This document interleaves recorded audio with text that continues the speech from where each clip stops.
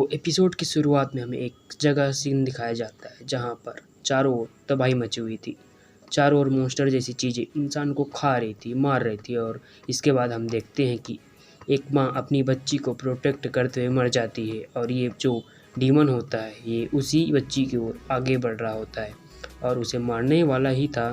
और ये बच्ची यहाँ पर बहुत ज़्यादा घबराई है, उसकी आंखों के सामने उसकी मौत है और तभी यहाँ सीन बदलता है और हमें कामिनोगे हाई पब्लिक स्कूल का सीन दिखाया जाता है जहाँ पर हम कुछ बच्चों को साफ सफाई करते हुए दिखाया जाता है। और दोस्तों ये है हमारा मेन कैरेक्टर यूकी वाकुरा। और इसके बाद हम देखते हैं ये तीनों लोग अपने क्लासरूम को बिल्कुल चमका चुके हैं और इतनी साफ सफाई का पूरा श्रेय यूकी को जाता है। अब इसके बाद हम देखते हैं कि स्कूल में भी लड़कियां आने लगती हैं और इस दुनिया में लड़कियों के पास मैजिक है और लड़कों के पास बाबा जी कटुल्लू। तभी एक लड़का यूकी के पास आकर बोलता है, प्लीज़ इस बटन को फिक्स कर दो। और जो यूकी होता है वो एक ही पल में इसके टूटे हुए बटन को ठीक कर देता है। हमारा यूकी हाउसकीपिंग स्किल बहुत अच्छी है लेकिन फिर भी लड़कियां इसको भाव तक नहीं देती और हमें आगे पता चलता है यूकी को ये सब उसकी बड़ी बहन ने सिखाया है और अगर वो सही ढंग से काम नहीं करता तो उसकी बहन उसे सज़ा भी देती थी। लेकिन जैसे ही यूकी अपनी बड़ी बहन का जिक्र करता है तो वो उदास हो जाता है और उसके साथ उसके दोस्त भी। अब इसके बाद शाम के वक्त यूकी शायद से अपने घर जा रहा था। वो काफ़ी ज़्यादा उदास था कि बस कोई नॉर्मल सी जॉब करो और नॉर्मल सी ज़िंदगी जियो। लेकिन तभी वो खुद से कहता है, नहीं, मेरी ज़िंदगी में कुछ न कुछ बेहतर ज़रूर होगा। लेकिन अगले ही पल हम देखते हैं कि उस जगह पर धुंध लगने लगती है और अब यूकी को कुछ भी दिखाई नहीं देता और अगले ही पल में यूकी एक दूसरी जगह पर आ जाता है और उस जगह को देखकर बोलता है कि ये तो मातो है। इसके बाद यूकी अपने फ़ोन में इन्फॉर्मेशन को पढ़ने लगता है और मातो एक ऐसे अल्टरनेट डायमेंशन को बोलते हैं जिनमें एसेसिबल बायोगेट होते हैं जिसे हम दरवाज़ों के नाम से जानते हैं और वे अचानक ही जापान में अपीयर्स होना शुरू हो गए और इसके बाद हमारी दुनिया के लोग अचानक ही इंडोर के अंदर इंटर हो जाते हैं और इसके बाद उन्हें जो डैमेज और इंजरी होता है उन्हें मातोमिसाप कहते हैं। और आप खुद को मातो के अंदर पाते हैं तो वहीं रहकर डीमन डिफोर फोर्स का इंतज़ार करना पड़ता है जब तक वो आपको रेस्क्यू करने नहीं आ जाते। अब इससे पहले यूकी कुछ और बोल पाता वहाँ पर एक डीमन अपीयर हो जाता है और वो यूकी पर हमला कर देता है। यूकी उसके हमले से बचकर उससे दूर भागने लगता है लेकिन तभी अचानक उसके सामने एक काफ़ी बड़ी चट्टान आ जाती है और वो वहाँ से कहीं नहीं भाग सकता। उसकी और अब कई सारे डीमंस आने लगते हैं और उसके बाद वो डीमन यूकी पर हमला कर देता है। यूकी को लगता है कि अब वो बस यहाँ जगह पर मरने वाला है लेकिन तभी वहाँ पर कोई आता है और उस डीमन को ख़त्म कर देता है।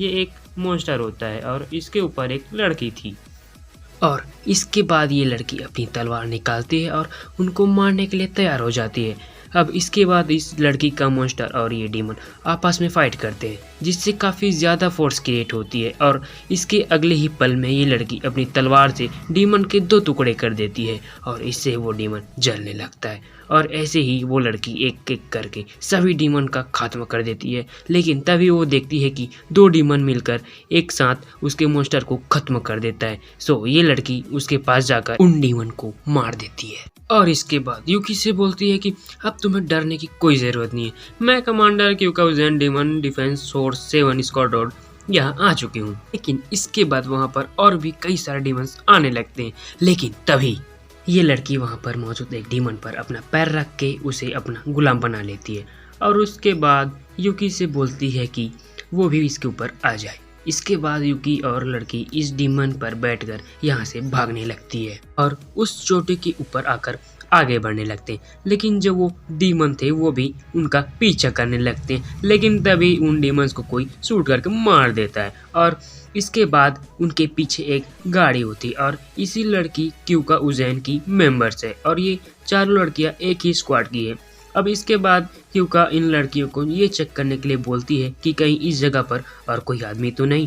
सो अब पिंक बालों वाली लड़की मेई ओवाकामुरा अपनी पावर का इस्तेमाल करके आसपास की जगह का पूरा एनालाइज करने लगती है और बताती है कि हमारे आसपास काफ़ी सारे डीमंस हैं और इन डीमंस को ये सूकी बुलाते हैं। क्यूका बोलती है तुम तीनों उन सभी को संभालो, मैं सर्वाइवर को सेफ जगह पर लेकर जाती हूँ। और यहाँ पर यह ग्रीन बालों वाली लड़की हिमारी असुमा युकी से बोलती है अगर तुम जिंदा रहना चाहते हो तो तुम्हें कमांडर की हर बात माननी होगी। और अब इसके बाद जो कमांडर होती है वो अलग रास्ते पर चली जाती है और अब अगले ही पल में हिमारी अपनी पावर का इस्तेमाल करके अपने आप को एक गन में तब्दील कर लेती है और इसके बाद वहाँ पर मौजूद सभी डीमंस को मारने लगती है। तभी येलो बाल वाली लड़की सुसुरुगा अपनी एबिलिटी इस्तेमाल करके अपने साइज को बड़ा कर लेती है और उसके बाद वो भी वहाँ पर मौजूद सभी डीमंस को मारने लगती है। और ये सब देखकर यूकी सोचता है कि डीमन डिफेंस फोर्स की ये लड़की बहुत ही ज़्यादा स्ट्रांग है, लेकिन अगले ही पल में जो कमांडर होती है वो एक खदान में कूद जाती है जहाँ पर काफ़ी सारे डीमन थे, लेकिन वो अपनी तलवार से सभी डीमंस को खत्म कर देती है। और इन सभी की ताकत देखकर यूकी बोलता है तो यह है डीमन डिफेंस फोर्स। अब इसके बाद हम देखते हैं कि हिमारी वहां पर मौजूद सभी डीमंस को खत्म कर चुकी है और यहां पर इन्हें सर्वाइवर मिला है और इस वक्त ये बेहोश है। और इसके बाद वहां पर सुरुगा भी आ जाती है। अब इसके बाद ये सभी आगे बढ़ने लगते हैं और हिमारी नई से बोलती है कि तुम उस आखिरी जगह को भी एनालाइज कर सकती हो। तो नई बोलती है हाँ बिल्कुल। तभी नई नोटिस करती है कि उस बच्चे को होश आ गया है, लेकिन जैसे ही उस बच्चे को होश आता है और वो बोलता है कि मेरी बड़ी बहन कहाँ है।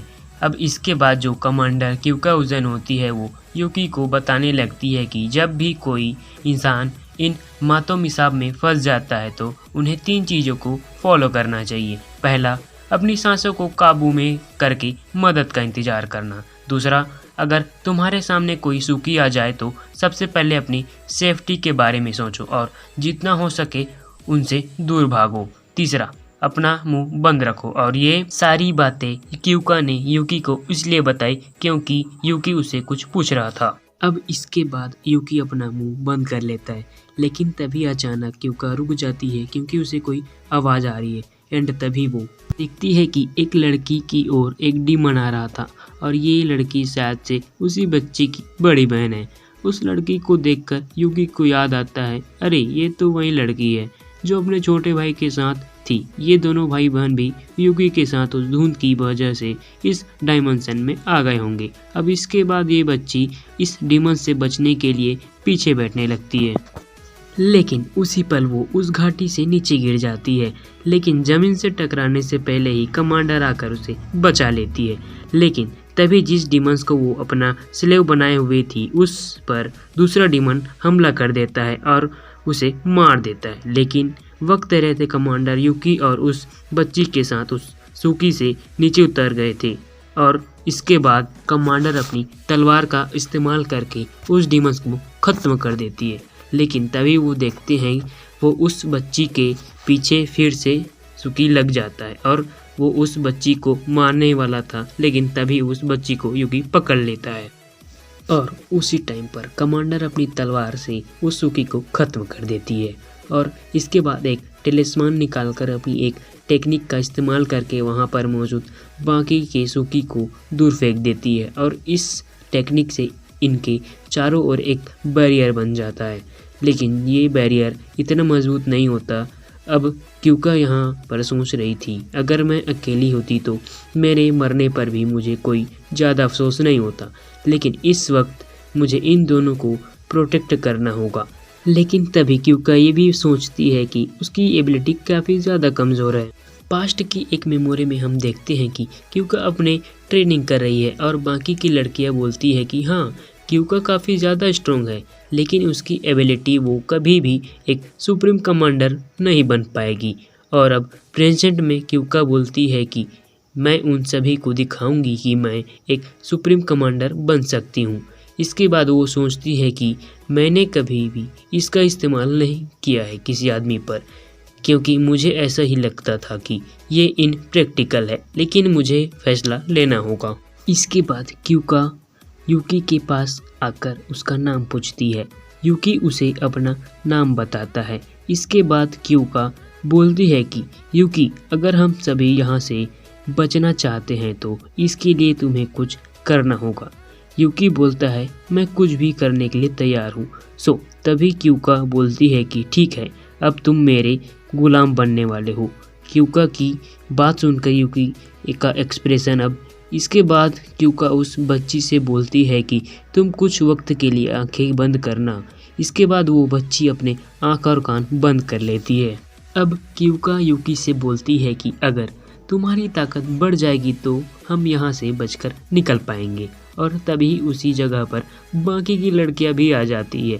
अब इसके बाद यूका अपनी टेक्निक का इस्तेमाल करते हुए बोलती है कि अब वक्त आ गया है। और इसके बाद क्यूका अपनी हाथ को यूकी की ओर बढ़ाती है और जैसे यूकी उसकी फिंगर को लिक करता है उनका एक कॉन्ट्रैक्ट बन जाता है। और इसके बाद हम देखते हैं कि यूकी बेड़ियों में बंधने लगता है और इसके बाद उसमें इतनी ज़्यादा ताकत निकलती है कि वहाँ पर मौजूद सभी डीमंस दूर फेंक जाते हैं और यहाँ पर यूकी का पूरा ट्रांसफॉर्म हो जाता है। ये बहुत ही ज़्यादा खतरनाक मॉन्स्टर बन चुका है। अब इसके बाद यूकी अपने एक ही हमले से एक डीमन के 2 टुकड़े कर देता है और इसके बाद वो अपनी पावर को सभी को शो करता है। उसका ऑरा बहुत ही ज़्यादा पावरफुल होता है। एंड इसके बाद क्यूका उस पर बच्ची को लेकर यूकी के ऊपर आ जाती है और इसके बाद उसके पट्टे को पकड़कर बोलती है कि मुझे दिखाओ कि तुम्हें कितनी ताकत है यूकी। और उसके बाद जो यूकी होता है उसके सामने आने वाले हर एक सुकी को खत्म करता जाता है। यूकी को देखकर ऐसा लग रहा है जैसा उसे रोकना लगभग नामुमकिन है और तुम लोग देख ही सकते हो क्यूका उसे काफ़ी अच्छे से कंट्रोल कर रही है। अब इसके बाद क्यूका उस बच्ची को बाकी सबको सौंप देती है। दोनों भाई बहन एक दूसरे को गले लगा लेते हैं। इसके बाद हम देखते हैं कि वहाँ पर मौजूद सारे के सारे डीमंस आपस में मिलकर बहुत बड़े और ताकतवर हो जाते हैं। क्यूका बोलती है कि तुम बच्चों को लेकर भागो, तब तक मैं इसको संभालती हूँ। इसके बाद क्यूका अपनी तलवार निकालकर बोलती है कि चलो चलते हैं यूकी। और अगले ही पल में यूकी उस डीमंस की ओर छलांग लगा देता है। यूकी उस डीमंस के हर हमले से बड़े आसानी से बच रहा था और इसके बाद ये दोनों अपनी पूरी ताकत का इस्तेमाल करके उस डीमंस को बीच में से काटकर ख़त्म कर देता है। और इस डीमंस की फटने की वजह से काफ़ी ज़्यादा बड़ा धमाका होता है और यूकी की इतनी ज़्यादा ताकत देखकर हिमारी बोलती है कि आखिर ये लड़का है कौन। अब इसके बाद जो यूकी होता है वो फिर से नॉर्मल हो जाता है। अब इसके बाद बाकी की लड़कियां भी वहां पर आ जाती है, लेकिन क्यूका उन सभी को बोलती है कि तुम सब चली जाओ, मुझे इस लड़के के साथ बातचीत करनी है। क्यूका की बात सुनकर ये लड़कियां यहाँ से चली जाती है।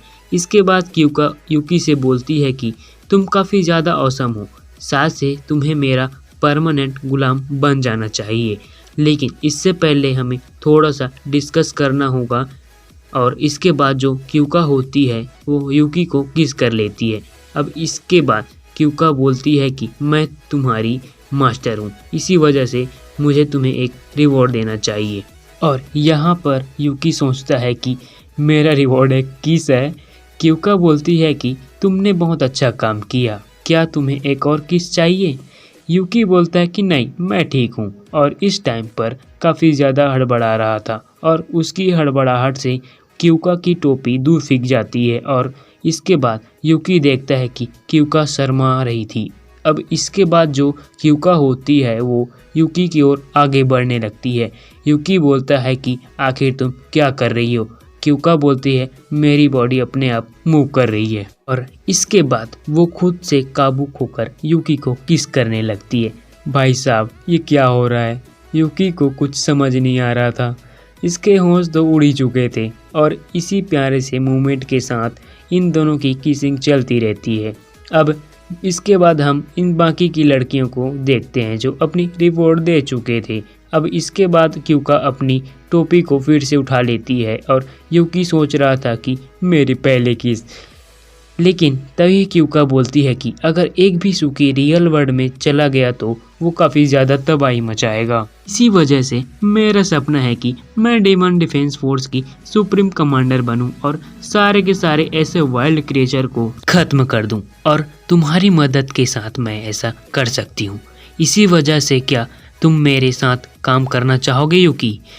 यूकी तभी बोलता है कि मैं एकेडमी चीज़ों में काफ़ी अच्छा नहीं हूँ, मुझे सिर्फ घर के काम आते हैं। इस पर क्यूका बोलती है कि मुझे ऐसे ही लड़के की तलाश थी जो घर का काम जानता हो, और इसके अलावा तुमने उस छोटी बच्ची को बचाने के लिए अपनी जान खतरे में डाली। तुम काफ़ी अच्छे मर्द हो। अब क्यूका की ये बातें सुनकर यूकी बोलता है कि ठीक है, मैं यहाँ मातो का एक हीरो बनना चाहता हूँ। यूकी बात सुनकर क्यूका मुस्कुराती है और यहाँ यूकी सोचता है कि अगर मैं रियल वर्ल्ड में कोई काम करने लगूँ तो मेरे लिए वो काफ़ी ज़्यादा नॉर्मल होगा, लेकिन इस दुनिया में काफ़ी सारे एबनॉर्मल चीज़ें कर सकता हूँ, जैसा मैंने कुछ देर पहले किया था, और ऐसा करके मैं अपनी बहन की मौत का बदला ले पाऊँगा। और इसी के साथ में मिस क्यूका मुझे अपना रिवॉर्ड भी देगी, जो कि काफ़ी मज़ेदार होगा। लेकिन अगले ही पल में ये दोनों किसी दूसरे जगह पर आ जाते हैं, और ये होता है द डीमन डिफेंस फोर्स का डॉर्म।